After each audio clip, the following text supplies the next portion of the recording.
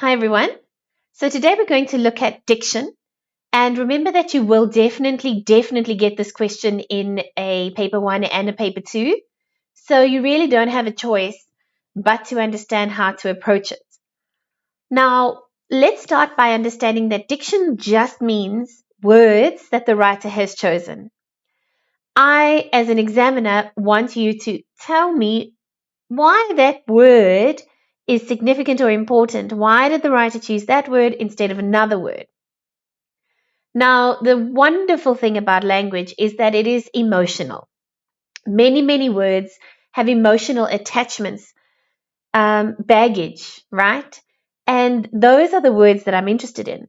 So if you see the word or the question that says analyze, comment on the diction, something diction, you must be quoting a word or a phrase from the article or from the extract. Then you must explain the emotional attachments to that word. I'm going to show you a pattern, a technique that if you learn off by heart, you should get marks for diction every single time. Now, as I said, some words have emotional attachments. Several words can technically mean exactly the same thing, but they just have different emotions attached to them. So as a writer, if I used the word walk, for example, it is neutral. Walk just means walk. But if I use the word staggers when somebody walks in an unsteady way, it looks like they might fall over. If I say she staggered into the room, immediately people are thinking, maybe she's drunk, maybe she's injured, maybe she's sick, because people who stagger might be drunk or sick or injured. Does stagger mean drunk or sick or injured? No. That's the emotional baggage that's attached to the word stagger. I want you, if I'm the writer, I want you to have an idea of the she, the person who's walking into the room. If I say she just walked, you don't have any judgment. You don't think anything about her. But if I say she staggered, you're immediately judging her. You're immediately expecting me to continue explaining why she's staggering, for example. So you have much more information, a deeper interpretation. If we use exactly that same concept, instead of walk, if I say she tiptoed into the room or she skipped into the room, you would have a different judgment of this person. If I say she tiptoed, maybe you would think she's trying to be sneaky. She's sneaking up on someone. There's a surprise. Maybe if I say she skipped into the room, you would think she's happy or excited. So the words matter. And it's these words with emotions attached to them that we want you to analyze in an exam and when we ask a diction question. Now, here is the type of question you might expect in a paper 2. It says, by referring closely to the diction in these lines, explain how Hamlet's state of mind is revealed. Another way of asking that is, how do Hamlet's words reveal his state of mind in these lines? Now, never mind about state of mind. I'll get there. What we're looking at now is we saw the word diction in the question. What do I have to do in an answer to get marks? I have to quote a word or a phrase. Which ones do I choose? The ones that have emotional attachments. Second, I have to explain those emotional attachments, otherwise known as connotations or implications, and it always has to be in context. And the third thing I have to do is link back to the question. In this case, I have to say the state of mind. Great. So here is the technique written out for you. And my advice is to learn this pattern. Learn it off by heart so that you just know it. Say the pattern for diction analysis. You'll go the words, quote the words, suggest, say the emotional attachments, say the implications, and then which shows link back to the question. So if you look at this part with the colors, you can see that I've said you should quote the word from the given lines. That's the red part. Suggests, say the implications, say what the emotional attachments are, always in context. That's the purple part. And then you'll say which shows, and then the green part is linking back to the question. So in this case, the question was state of mind. So you would say Hamlet's state of mind is, right? This is the pattern. Every time you see diction, immediately write down the words, find a word and quote it. Suggest, say what it suggests. Which shows links back to the question. Right, so just to remind you, you can go back in the video, but the question was, how do these lines reveal Hamlet's state of mind? Now, these are the lines that I've asked about. They come from Act 1, Scene 2. So I'll read them to you. Hamlet says, how weary, stale, flat, unprofitable seem to me all the uses of the world. Fie on it, fie. It is an unweeded garden that grows to seed. Things rank and gross in nature possess it merely. That it should come to this.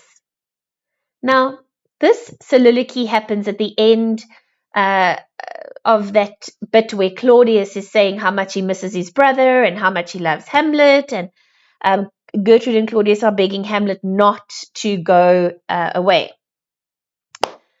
Now, you know, because your teacher has taught you, that Hamlet is severely depressed, is melancholic, is very cynical, negative about the world, because he's come back to Denmark and he's seen that it's a very different place from the place that he left before when he went to university. His father has died unexpectedly. His mother has married his uncle. There's a rampant corruption. Hamlet is unhappy with what's changed in Denmark. He's very unhappy with the relationship between his uncle and his mother. And you know that because your teachers taught you. So you know that Hamlet's state of mind, which, by the way, is a mental state. What is the character thinking and feeling? If I had to ask you, what's your state of mind? You might say, very stressed, man. Stressed. Panicked. Worried. Those are states of mind, right? What's happening here? That's a state of mind. What's happening here in Hamlet? He's depressed. He's despairing. He's melancholic. He's negative, cynical, pessimistic, right? Now I know that. Now I need to find the words that tell me that he's negative and cynical and pessimistic. So you could choose weary, you could choose stale, you could choose flat. All of those are absolutely exactly words that reveal his pessimism. I just chose to use unprofitable. So you can see my answer here, and I've used the same colors. The word unprofitable, red, always the quotes. Make sure you quote. You have to. Suggests, in the purple, you must explain what unprofitable makes you think. What are the implications? What are the emotional connections to unprofitable? Not literally. What does it make you think? The deeper meaning. So I've said the word unprofitable suggests that Hamlet sees the world as lifeless, as empty, as barren, as useless. There's nothing in the world, nothing for him. That's the purple part. This shows, remember the green is linked back to the question. So here I've gone, Hamlet's state of mind is pessimistic and despairing. Hamlet's state of mind is melancholic. Whatever you choose. Right. Now, if the question is for 3 marks, you have to do this twice. The whole thing, the pattern. I know some teachers will say you say one state of mind and then give 2 pieces of evidence. Technically, that's how it's marked. But I actually prefer it if you do this whole pattern twice, Because if you make a mistake in your state of mind in the first pattern, you can redeem yourself in the second pattern. If you don't offer a second state of mind or second attitude or tone, and your first one is wrong, it's over. So honestly, my opinion is to do this twice.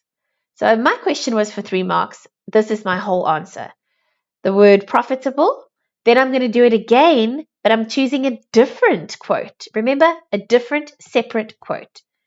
So now I'm going to say, Hamlet compares the world, Denmark, to, quote, an unweeded garden, which suggests that goodness, purity, morality, innocence has been compromised or defiled, destroyed.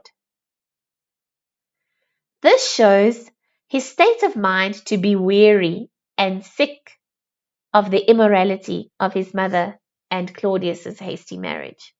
He's tired. He's sick and tired of the immorality. Could also say he's disgusted by them. He's cynical. He's, you would say melancholic again. Okay? Now, this is how that same question is going to look in a paper 1. They're going to say, discuss how the diction in paragraph whatever reveals the writer's attitude to whatever, or the writer's tone, or something like that. So this is a comprehension that I set for my learners. And the whole thing was about self-love and misinterpreting self-love behaviors and using sometimes self-care and self-love behaviors as a excuse. But that doesn't matter to you. We don't need to know that. All I want you to focus on is the technique. What do you have to do? If you see diction, quote, explain the emotional attachments, the implications, link back to the question. If it's for 3 marks, you do that twice. Okay? So here's paragraph 7. The question said, discuss how the diction in paragraph 7 reveals the writer's attitude to the people who use self-love as a form of denial. There's always going to be the attitude to something.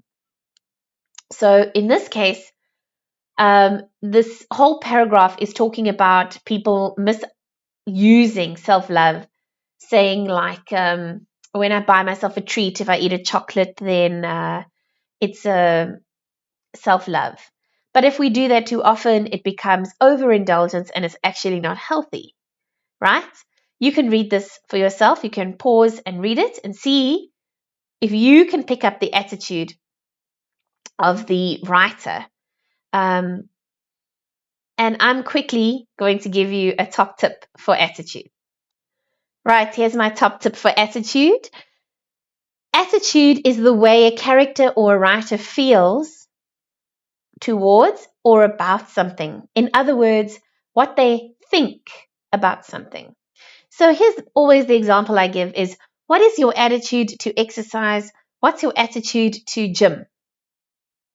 It also means, what do you feel about exercise? What do you feel about gym? What do you think about it? Now, a very good way to think about attitude is we either approve or we disapprove. Once you get in the right category, then you can find a more specific word for it. And even if you can't, if you just go with the writer approves of, you get the marks. The writer disapproves, you'll get the mark. Another way to consider attitude is to think that writers often are supportive or unsupportive. Another word for unsupportive is critical of. So, worst case scenario, if you cannot think of another word in your final, you can say the writer approves of this, or the writer disapproves of this, or the writer is supportive of, the writer is unsupportive of. And the chances are you're going to get the marks. Right, so back to that paragraph 7 and the attitude to people who use self-love as a form of denial. Now, I've chosen to use the quote, people overdo self-love.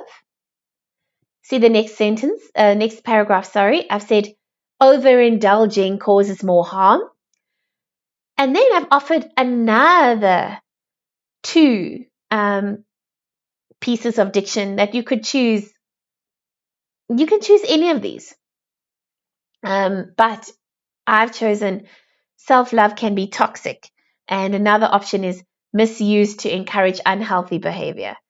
Now, whatever quote you choose to use, remember, quote, explain the emotional connection, the emotional attachments, the implications in context. And 3, link back to the question, which means you have to say the attitude. So here we go. Let's read the first one together. People overdo self-love suggests that some people claim their behavior is self-love when it's actually very harmful to them. There's my explanation. This shows that the writer is concerned for the people who misuse self-love. So my attitude is concern, right? The writer's attitude is concern. You could say that as well.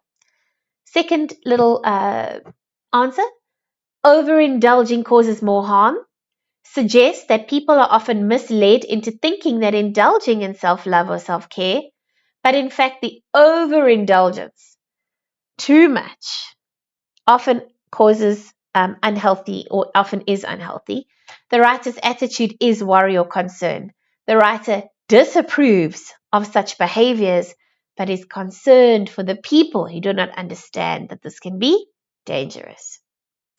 So what I've done in this answer is I've actually used the same or similar attitude all the way through. Concern, concern, concern. Worry, worry, worry, right?